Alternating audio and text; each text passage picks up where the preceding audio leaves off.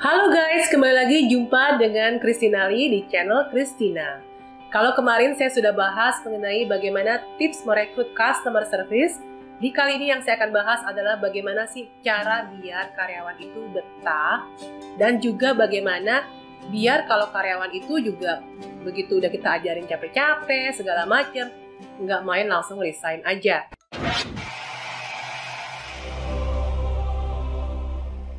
Buat kalian yang ingin tahu tipsnya, jangan lupa subscribe channel ini dan klik lonceng yang di sebelah tombol subscribe. Yuk kita simak aja. Biar karyawan betah itu gimana sih caranya? Udah capek-capek ngajarin, tahu-tahu resign. Bete kan? Yang akan saya bahas pertama-tama adalah bagaimana menghadapi karyawan yang main resign aja dan gimana cara pencegahannya. Tips pertama, biasanya karyawan itu mulai baru betah kalau dia kerja ada temennya. Jadi ketika kalian baru pertama kali mau mulai hire karyawan, usahakan hire itu 2 orang sekaligus. Tips yang kedua, pastikan job desk-nya itu jelas. Buat kalian yang bisnisnya masih merintis, ketika kalian interview, setidaknya kalian harus jelasin, kamu nanti masih kerjanya itu sebagai seksi repot ya. Nah, meskipun mereka kerjanya masih sebagai seksi repot, tapi pembagian job desk itu harus tetap jelas. Misalnya kalian hire 2 karyawan. Karyawan yang pertama tugasnya adalah melayani customer dan merekap data pesanan. Lalu karyawan yang kedua tugasnya adalah mulai dari packing, kemudian sampai update resi. Bisa juga dia bagian yang ngecek mutasi rekening apakah pembayaran betul sudah diterima. Oke, tips yang ketiga, biasanya biar karyawan yang masuk itu nggak tahu-tahu muntaber itu maksudnya mundur tanpa berita. Biasanya UKM atau bisnis-bisnis yang baru merintis itu masih melakukan praktek tahan ijazah. Menurut saya ini sebenarnya nggak apa-apa, asal sudah persetujuan dari si karyawan tersebut. Karena memang masih banyak bisnis yang melakukan ini, mungkin karena karyawannya itu akan memegang data-data penting. Kalau dia mau ijazahnya dikembalikan, setidaknya dia harus mengikuti prosedur perusahaan, di mana dia harus memberikan 1 month notice, baru ijazahnya dikembalikan. Nah, bisa juga dengan melakukan cara seperti ini, pembagian sistem gaji dan bonus. Jadi, gajinya itu diberikan di tanggal 1, lalu bonusnya itu setiap tanggal 15. Nah, tapi kalau misalnya kita punya karyawan itu masih cuma di bagian support yang nggak ada hubungannya sama sales, bisa juga dengan ya udah tinggal bilang, oke, gaji kamu misalnya 3 juta. Tapi 70% pertamanya saya akan berikan di tanggal 1, 30% sisanya baru saya akan berikan di tanggal 15. Seperti itu juga bisa, asal kalian jelaskan ini di awal interview. Jangan tahu-tahu ketika dia udah masuk baru kalian melakukan itu tidak fair ya.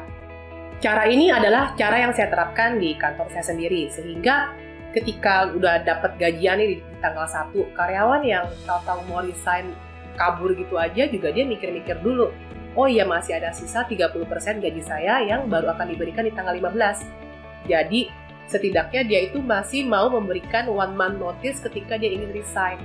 Tapi saya sendiri juga orangnya fair-fair aja ya, maksudnya nggak mesti ketika dia ngomong di tanggal 1, dia baru boleh resign di tanggal 1 bulan depan. Setidaknya misalnya ketika dia ngomongnya di tanggal 1, lalu misalnya saya sudah mendapatkan gantinya dalam waktu 1 minggu atau 2 minggu, ya sudah, dia boleh resign setelah itu, dan tentunya semua hak-hak dia pasti akan saya berikan, mulai dari gaji, bonus yang masih tertahan, pasti saya akan berikan semua. Nah, lalu gimana sih biar karyawan itu betah kerja sama kita? Nah, ini berikut tips-tips. Yang pertama, tentunya dia harus nyaman. Nyaman itu sangatlah penting. Jadi yang pertama, sediakan fasilitas yang membuat mereka itu nyaman di kantor. Misalnya kalian menyediakan kopi, teh yang bisa mereka buat kapan saja. Nggak usah dilimit-limit lah kalau mereka mau kopi 5 kali ke sehari, ya jangan terlalu pelit juga gitu. Pasti mereka juga kira-kira kan. Yang kedua, jika karyawan kalian banyak yang muslim, sediakan juga tempat sholat yang layak. Tempat sholat ini banyak menjadi pertimbangan juga buat para karyawan. Ada juga karyawan yang pernah resign ya, kalau saya dengar dari teman saya. Kenapa resign? Karena kalau mau sholat mesti keluar kantor, jauh segala macam. Karena tidak disediakan tempat sholat di dalam kantornya. Yang ketiga, jika lokasi kantor jauh dari pemukiman penduduk, ada baiknya kalian juga sediakan mes buat karyawan. dilengkapi dengan dapur sehingga karyawan juga bisa masak di situ. Nah, mess ini juga bisa digunakan oleh karyawan lainnya untuk fasilitas ketika mereka break istirahat dan mau nyantai-nyantai di sana, bahkan tidur siang. Ya udah terserah selama itu jam istirahat. Oke, selain nyaman, apalagi yang bikin karyawan merasa betah? Adalah kebersamaan. Sering-sering deh ngumpul. Biasakan tuh 2 minggu sekali gitu ya, adakan makan siang bersama. Bisa dengan agenda review kerjaan juga bisa. Jadi ketika makan bersama ini kalian bisa melepas batasan antara atasan dan bawahan atau head of department-nya dengan anggota-anggota timnya.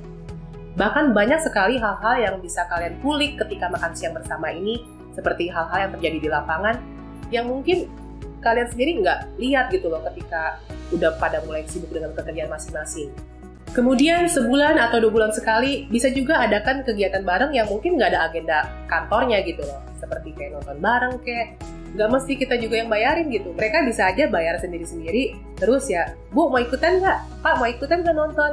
Nah, di sini kalian juga bisa membangun kebersamaan yang lebih solid jadinya. Kemudian 6 bulan sekali bisa juga kalian mengadakan outbound atau keluar kota. Ngineplah semalam atau 2 malam di luar kota gitu ya. Bisa dengan agendanya itu membahas rapat semesteran di mana tiap head of department kalian itu mempresentasikan progres-progres pekerjaan mereka, kemudian apa saja sih masalah-masalah yang terjadi di lapangan selama 6 bulan.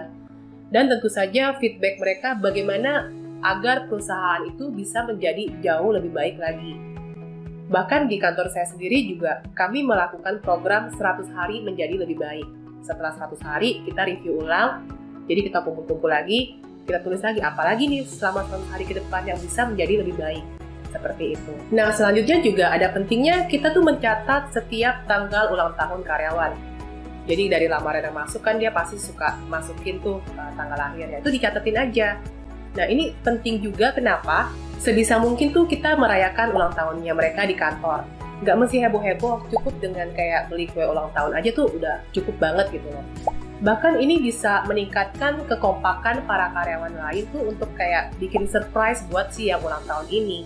Nah, jika yang ulang tahun di bulan itu bisa sampai 2 atau 3 orang, ini bisa dirayakan bersama-sama ketika makan siang barengan tuh yang diadakan per 2 minggu sekali. Jadi bisa sekaligus tiup lilinnya di situ.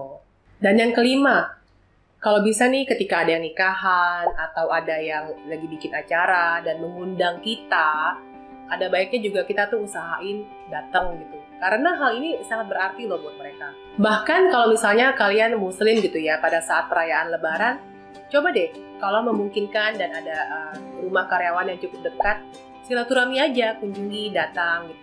Hal-hal simpel seperti ini tuh bener-bener melekat banget dan akan selalu diingat sama mereka. Ini yang akan membuat mereka tuh makin nyaman bekerja dengan kalian. Selain kebersamaan dan kenyamanan, apalagi yang bisa kita lakukan? Lakukan review seminggu sekali. Bukan kalian yang nge-review langsung, tapi minta head department kalian yang nge-review. Ini kalau karyawan sudah mulai banyak, tentunya kalian pasti pelan-pelan akan memiliki kepala gudang, kepala customer service, kepala operasional. Minta tiap kepala ini yang melakukan review mingguan kepada tim-tim anggotanya. Kecuali kalau misalnya karyawan kalian baru 5 orang, bisa langsung dengan kalian sendiri. Jadi di review mingguan ini yang ditanyakan apa? Setiap kepala itu harus bisa menanyakan apa yang membuat kamu senang dan tidak senang bekerja di sini. Pertanyaannya simple, tapi nanti hasil jawabannya itu bisa menunjukkan segala macam, mulai dari curhat, kendala yang terjadi di lapangan, atau feedback-feedback yang akhirnya bisa sangat berarti buat kemajuan perusahaan dan perbaikan dari workflow. Ini yang penting. Dan juga ketika review mingguan ini, karyawan pun juga akan merasa pendapat dia itu didengarkan. Karyawan pun juga merasa bahwa dia itu juga diperhatikan. Nah, di review mingguan ini pun juga si kepala ini atau kalau misalnya kalian yang interview langsung, bisa sekaligus memberikan feedback atas kerjaan mereka tuh selama seminggu terakhir. Apa yang kurang, apa yang bagus, apa yang perlu ditingkatkan. Dan jangan segan-segan memuji karyawan jika mereka memang bagus kinerjanya. Jadi itu adalah tugasnya head dan sangat penting untuk melakukan ini one-on-one. Jadi benar-benar jujur gitu, kita bisa dengar pendapat mereka masing-masing. Dan ketika ada masalah, kita bisa melihat dari sisi-sisi pandang yang berbeda. Nah, hasil review mingguan ini yang akan akhirnya direkap oleh head of department kalian untuk kemudian dimeetingkan dengan kalian sendiri setiap minggunya. Akhir kata, ada quote dari Richard Branson yang sangat saya suka, yang berbunyi kurang lebih seperti ini. Ajarilah karyawan Anda sampai dia bisa sepintar Anda, sehingga dia bisa aja ninggalin Anda gitu. Tapi, perlakukan karyawan Anda sebaik mungkin sehingga dia, meskipun dia bisa aja ninggalin Anda, tapi tidak akan melakukan itu. Dan menurut saya juga, perusahaan yang baik itu adalah perusahaan yang bisa membesarkan orang-orang di dalamnya ketimbang terus-terusan menuntut untuk mereka melakukan yang sebaliknya. Sekian tips dari saya. Nah, selanjutnya kita simak aja yuk. Apa sih alasan-alasan dari karyawan 101 sehingga mereka betah kerja di sini? Betah karena di sini disediain kopi sama minuman dingin. Iya, nyaman Bu sama karyawan ini. Suasananya kekeluargaan, terus benar banyak ilmunya di sini bisa dipelajari, bermanfaat untuk masa depan. Karena di sini yang kerja rata-rata umurnya sama, jadi nggak ada yang lebih tua, nggak ada yang muda, dan kebetulan Rizka sendiri yang lebih tua. Karena jam kerjanya yang fleksibel, jadi kita bisa pilih shift sesuai ketersediaan kita buat kerja. Karena tempat kerjanya nggak jauh dari rumah. Karena saya ketemu jodoh, terus pacaran satu kantor juga nggak dilarang, sampai saya akhirnya nikah deh. Karena wifi-nya kencang, terus gue bisa berusaha apa aja, asalkan kerjaan gue beres. Karena banyak ilmunya yang didapat, karena atasannya baik-baik, semua teman-temannya baik-baik, jadi bikin nyaman deh. Saya betah kerja di sini karena ada tempat sholatnya. Karena di sini ada AC-nya Bu, jadi enak dingin. Beda sama di rumah saya cuma ada kipas doang. Nggak ada AC-nya Bu.